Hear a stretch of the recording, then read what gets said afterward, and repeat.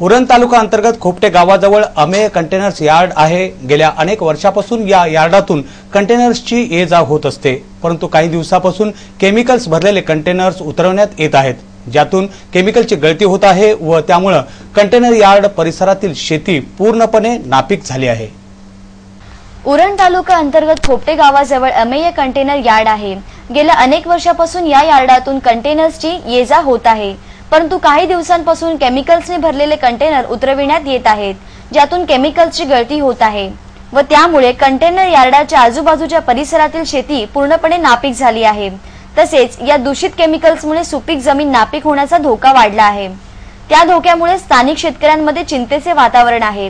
शेतकऱ्यांनी यासंबंधी उरण तहसीलदारांशी अनेक वेळा तक्रारी केल्या व कंपनीकडून नुकसान भरपाई देण्याची मागणी केली, परंतु कंपनी प्रशासनाने शेतकऱ्यांच्या मागणीकडे दुर्लक्ष केले आहे। त्यामुळे या शेतकऱ्यांनी आमदार विवेक पाटील यांची भेट घेऊन आपली व्यथा मांडली। त्यानुसार आमदार विवेक पाटील यांनी कंपनी प्रशासन, तहसीलदार व पीडित शेतकरी यांची एक बैठक बोलावली। त्यामध्ये आमदार विवेक पाटील यांनी कंपनी प्रशासनाला आदेश दिला की या केमिकल्समुळे ज्या शेतकऱ्यांचे नुकसान झाले आहे त्यांना तात्काळ नुकसान भरपाई मिळावी, तसेच जी जमीन नापीक होण्याच्या मार्गावर आहे त्याचे तहसीलदार व विशेषज्ञाद्वारे भूपरीक्षण करावे। जर ही जमीन नापीक झाली तर त्या शेतकऱ्यांना दरवर्षी भरपाई मिळावी।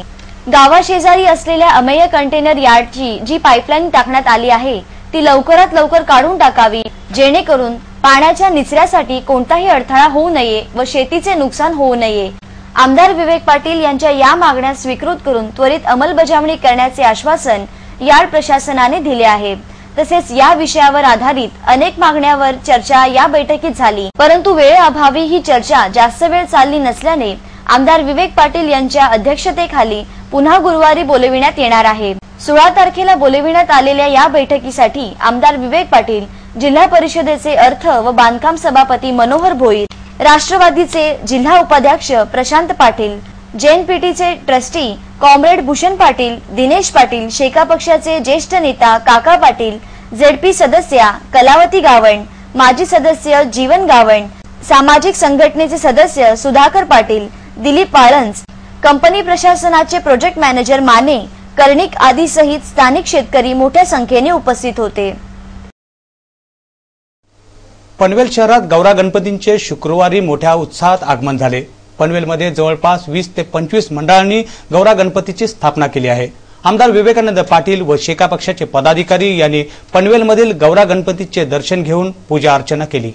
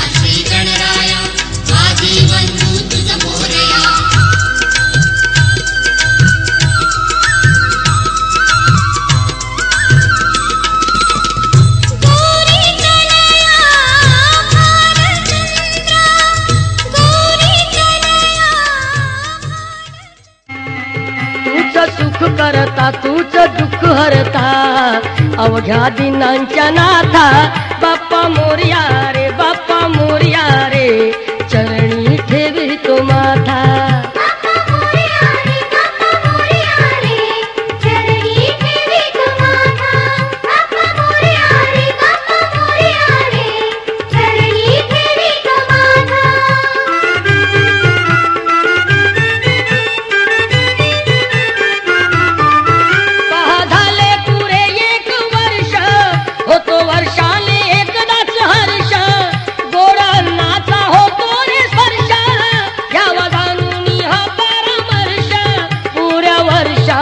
साऱ्या दुःखाची वाचावी कशी मी गाथा, बाप्पा मोरया रे, बाप्पा मोरया रे, चरणी ठेवी तो माथा।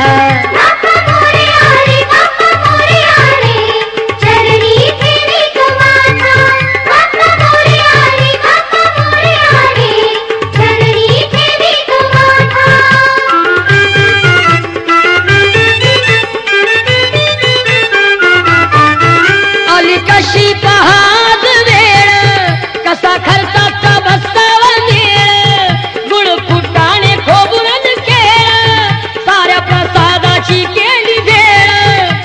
भक्षण आणि रक्षण, तूच पिता तूच माता, बाप्पा मोरया रे बाप्पा मोरया रे, चरणी ठेवी तो माथा.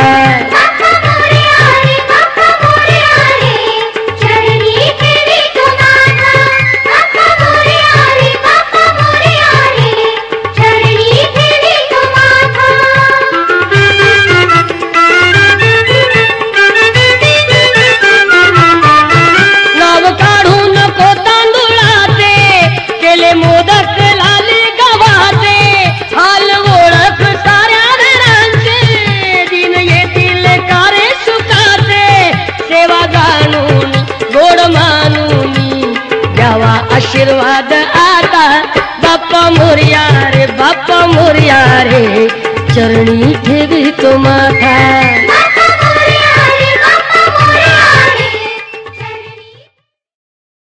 गेल्या काही दिवसापासून पनवेल परिसरात चेन स्नॅचिंग सारख्या गुन्ह्यांमध्ये मोठ्या प्रमाणावर वाढ झाली होती. त्यामुळे चेन स्नॅचिंग करणाऱ्या आरोपींना पकडणं पोलिसांसमोर एक प्रकारचे आव्हानच होते. हे आव्हान स्वीकारित चेन स्नॅचिंग सारख्या घटनांना आळा घालण्यासाठी पोलिसांकडून विशेष गस्ती पथके तैनात करण्यात आली होती. त्यामुळे पनवेल पोलिसांना 2 चेन स्नॅचरना पकडण्यात यश आले आहे. पनवेल पोलिसांच्या पथकाने शर्थीचे प्रयत्न करून 2 आरोपींना पकडण्यात यश मिळवले आहे. या दोन्ही आरोपींनी चेन स्नॅचिंग सारख्या अनेक घटना पनवेल व आजूबाजूच्या परिसरात केल्या होत्या. पकडण्यात आलेल्या आरोपींकडून 27.5 तोळे सोन्याचे दागिने हस्तगत केले आहेत. तसेच आरोपीकडून देशी रिव्हॉल्व्हर, 2 चाकू व 1 जिवंत कारतूस, 2 पल्सर मोटारसायकल जप्त करण्यात आल्या आहेत. पकडण्यात आलेल्या आरोपीचे नाव शिवाजी बाळाराम भोपी वय 20 व पिंटू पदू भोईर वय 21 असे असून पकडण्यात आलेल्या आरोपींविषयी अधिक माहिती देण्यासाठी पनवेल पोलीस स्टेशनमध्ये एका पत्रकार परिषदेचे आयोजन करण्यात आले होते. परिमंडळ 2 चे पोलीस आयुक्त प्रमोद शेवाड़े यांनी पत्रकारांना अधिक माहिती दिली. पनवेल, खारघर, कड़म्बोली इलाके में चेन स्नैचिंग के काफ़ी ऑफेंसेस हो रहे थे, तो उसको कंट्रोल करने के लिए और प्रिवेंट और डिटेक्शन करने के लिए सीपी साहब, आदरणीय सीपी साहब ने कुछ डायरेक्शन दिए थे. तो खूनपुर में एक कमेटी, एक विशेष स्पेशल स्क्वाड गठित किया गया था.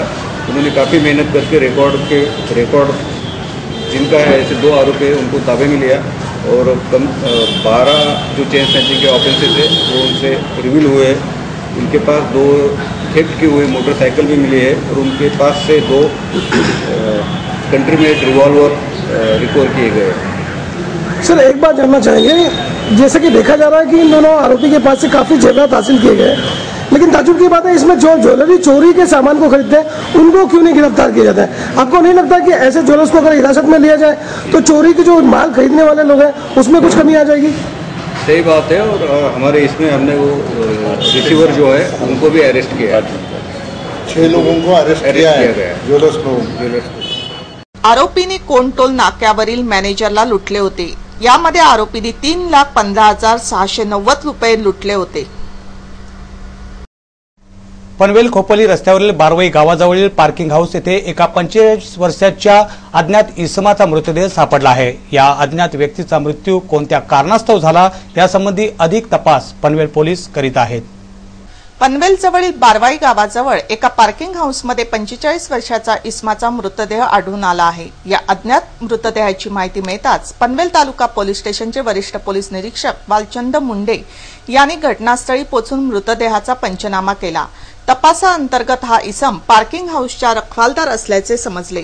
मृत इसमाचे नाव रामलाल चौधरी असून तो यूपी येथे रहिवासी आहे. या मृतदेहासंदर्भात पनवेल पोलीस स्टेशनचे वरिष्ठ पोलीस निरीक्षक वालचंद मुंडे यांनी अधिक माहिती दिली. तसेच तपासाअंतर्गत या इसमाची हत्या करण्यात आल्याचे प्राथमिक तपासात उघड झाले आहे.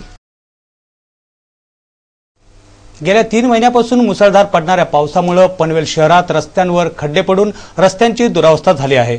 परंतु सततच्या पडणाऱ्या पावसामुळे नगरपालिकेला रस्त्यांची दुरुस्ती करण्यात अडथळे येत होते. मात्र पावसाने आता विश्रांती घेतल्याने पनवेल शहरात रस्त्यांच्या कामांना सुरुवात झाली आहे. गेल्या वर्षीच्या तुलनेत यावर्षी मोठ्या प्रमाणात मुसळधार पाऊस पडल्याने पनवेल येथील रस्त्याची दुरवस्था झाली आहे. तसेच सतत पाऊस पडल्याने रस्त्याचे काम करण्यात अडथळे येत होते.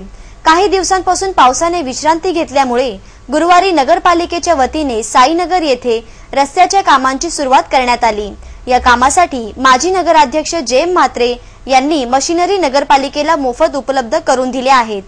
याविषयी शहर सचिव नितीन पाटील यांनी आमच्या प्रतिनिधींना अधिक माहिती दिली. अतिवृष्टीमुळे पनवेल शहरातले रस्ते हे खराब झालेले आहेत. त्या खराब रस्त्यांची दखल घ्यावी अशी विनंती आम्ही पनवेलच्या नगराध्यक्ष संदीप पाटील यांना केली. त्यांनी सर्व रस्त्यांचे डांबरीकरणाचे प्रस्ताव संपूर्ण पेपरवर्क हे तयार केलेला आहे. पण अजूनही पाऊस चालू असल्याने डांबरीकरणाला थोडा उशीर होतोय. पण तत्पूर्वी आमचे आदर्श माजी नगराध्यक्ष जेम म्हात्रे साहेब यांनी स्वतःची मशिनरी संपूर्णतः मोफत पनवेल नगर परिषदेला देऊन आत्ता रस्ते दुरुस्तीची कामं हाती घेतलेली आहेत. त्याबद्दल मी त्यांचा व्यक्तिशः जेम म्हात्रे इन्फ्रास्ट्रक्चर प्रायव्हेट लिमिटेडचा तसंच माननीय जेम म्हात्रे साहेब यांचा आभारी आहे. तसेच स्थानिक रहिवाशांनीही रस्त्याचे काम सुरू झाल्याबद्दल समाधान व्यक्त केले.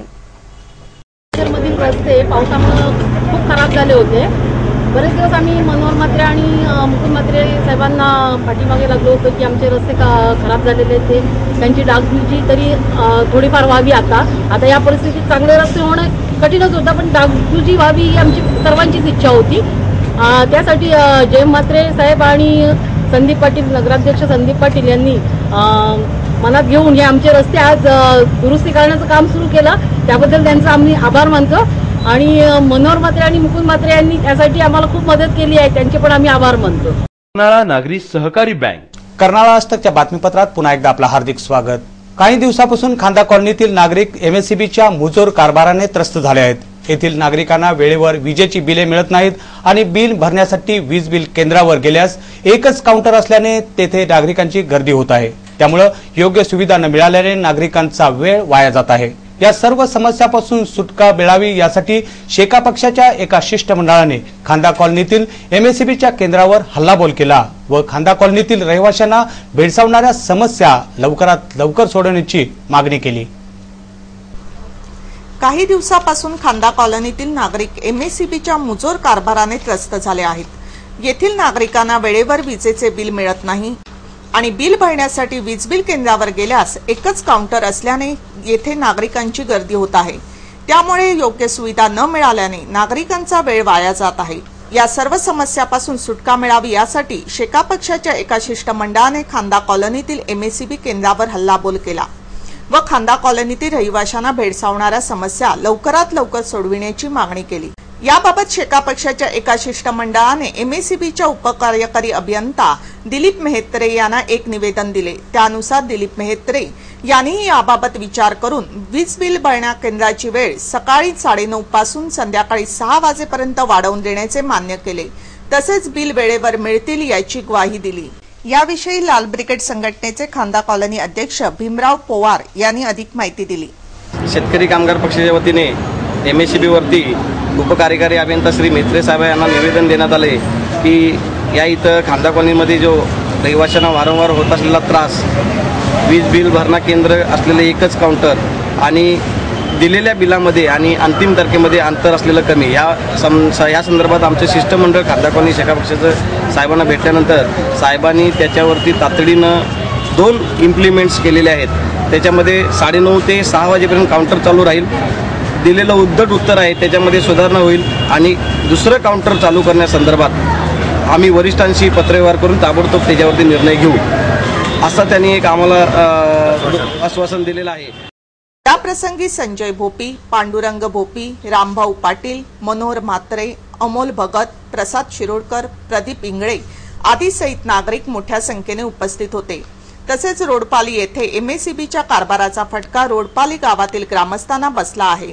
या गावातील 146 ग्रामस्थांनी बिल न भरल्या कारणाने एमएससीबीने संपूर्ण गावातील वीज बंद केली आहे. त्यामुळे वेळेवर बिल भरणाऱ्या 290 ग्राहकांना याचा नाहक फटका बसला आहे. ज्या लोकांनी बिल भरलेली नाहीये त्या लोकांची लाईट एमएससीबी या शासन कट करू शकतं, पण ज्या लोकांनी बिल भरलेली आहेत त्या लोकांना रात्रभर अंधारात ठेवणं आणि त्यांची लहान लहान मुलांना मच्छर, मलेरिया, उद्या काय रोग झाले याचा जिम्मेदार कोण राहणार? तर याच्यासाठी त्या शासनाने या एमएससीबीने अशी कारवाई करावी की ज्यांची बिलं भरलेली आहेत त्यांना लाईट उपलब्ध करून देणे आणि ज्यांची बिलं भरलेली नाही आहेत त्यांची सोयीस्कर येऊन कारवाई करून त्यांची लाईट कट करणं हे शासनाचं काम आहे. सर्व MSCB कर्मचाऱ्यांना माझा एक विनंती आहे, आमचे गाय गरीब सर्व बिल लाईटचे बिल वेळोवेळी भरत असतात. काहीकांचा युनिट कमी आहेत तरी पण त्यांना जास्त युनिट देऊन 5,000, 10,000, 15,000 बिलाच्या पावत्या देऊन बिल येऊन ते वसुली करण्यासाठी 3 वेळा आले आमच्या गावात. स्वतःला मला 50,000 बिल आले असताना माझ्याकडून त्यांनी चेक घेऊन गेला. 25,000 चेक पास झाल्यानंतर ते बोलत होतं बिल थोडासा कमी आहे, तुझे युनिट कमी आहेत घरी, तरी देखील काही कुठल्याही प्रकारचा गैरवर्तन करता नाही. आता पुन्हा बिल घेऊन गेले, गावातून वसुली करून गेले. आणि आज काल रात्री त्याही कोणाचा सल्ला घेऊन मेन लाईट ST लाईट काढून टाकली आणि पुरे गावाला अंधारात. कोणा डेंग्यू मलेरिया झाला तरी MSCBची जिम्मेदारी त्याच्यावर घेणार का केलं. क्रीडा व युवक सेवा संचालनालय, महाराष्ट्र राज्य व जिल्हा क्रीडा परिषद रायगड यांच्या संयुक्त विद्यमाने शासकीय जिम्नॅस्टिक क्रीडा स्पर्धा 2011-12 चे आयोजन गुरुवारी कर्नाळ स्पोर्ट्स अकॅडमी येथे करण्यात आले होते. क्रीडा व युवक सेवा संचालनालय, महाराष्ट्र राज्य व जिल्हा क्रीडा परिषद रायगड यांच्या संयुक्त विद्यमाने शासकीय जिम्नॅस्टिक क्रीडा स्पर्धेचे 2011-12 चे आयोजन गुरुवारी कर्नाळ स्पोर्ट्स अकॅडमी येथे करण्यात आले होते. या जिम्नॅस्टिक स्पर्धेत एकूण 160 खेळाडूंनी सहभाग घेतला होता. यामध्ये 7 ते 14 वयोगटातील 19 वर्षाखालील महिला स्पर्धकांचा खुला गट, पुरुष खुला गट इत्यादी वयोगटातील स्पर्धकांनी सहभाग घेतला होता. संपूर्ण रायगड जिल्ह्यातील खेळाडूंनी स्पर्धेत सहभाग घेतला होता. या स्पर्धेत उत्कृष्ट प्रदर्शन करणाऱ्या खेळाडूंची ऑक्टोबर महिन्यात होणाऱ्या राष्ट्रीय जिम्नॅस्टिक स्पर्धेसाठी निवड करण्यात येणार आहे. या स्पर्धेविषयी अधिक माहिती गणेश कडू यांनी आमच्या प्रतिनिधींना दिली. आज इथे कर्नाळ स्पोर्ट्स अकॅडमीच्या या प्रांगणामध्ये रायगड जिल्हास्तरीय शालेय जिम्नॅस्टिक स्पर्धांचं आयोजन इथे करण्यात आलेलं आहे. यामध्ये वयोगट 7 ते 14, 14च्या पुढील 19 वयोगटापर्यंत, तसेच मला वाटतं खुला गट महिलांसाठी आणि खुला गट पुरुषांसाठी अशा वेगवेगळ्या गटांच्या स्पर्धा, जिम्नॅस्टिकच्या स्पर्धा आज इथे आयोजित केलेल्या आहेत. या चाचणी स्पर्धेतून जे विद्यार्थी क्वालिफाय होतील ते पुढे स्टेट लेवलसाठी खेळण्यासाठी, जिम्नॅस्टिक खेळण्यासाठी जातील. वारंवार इथे आपल्याला शिर्के सरांच्या माध्यमातून ही जी जिम्नॅस्टिकची जो प्रचार आणि प्रसार आहे तो आपल्याला ह्या पनवेल या कर्नाळ स्पोर्ट्स अकॅडमीच्या प्रांगणात पाहायला मिळतोय. अशाच प्रकारचं वेळोवेळी सहकार्य आणि प्रसार प्रचार या जिम्नॅस्टिकचा शिर्के सरांच्या माध्यमातून व्हावा या प्रसंगी मी इथे मनोकामना व्यक्त करतो. कर्नाळ हस्तक बातमीपत्राबाबत आपल्याला काही सूचना करायची असेल, एखादी बातमी द्यायची असेल किंवा जाहिरातीच्या संदर्भात कृपया आमच्याशी संपर्क साधा. त्यासाठी आमचा पत्ता आहे संपादक रमेश भोळे, कर्नाळ हस्तक कार्यालय, गेट नंबर 2, गाळा number 9A, Karnal sports academy Panvel. आमचे फोन नंबर आहेत 9323855055 किंवा 9970062185 आणि आमचा ईमेल आयडी आहे karnalahastak@gmail.com. शेवटी नजर टाकूया आजच्या ठळक घडामोडींवर.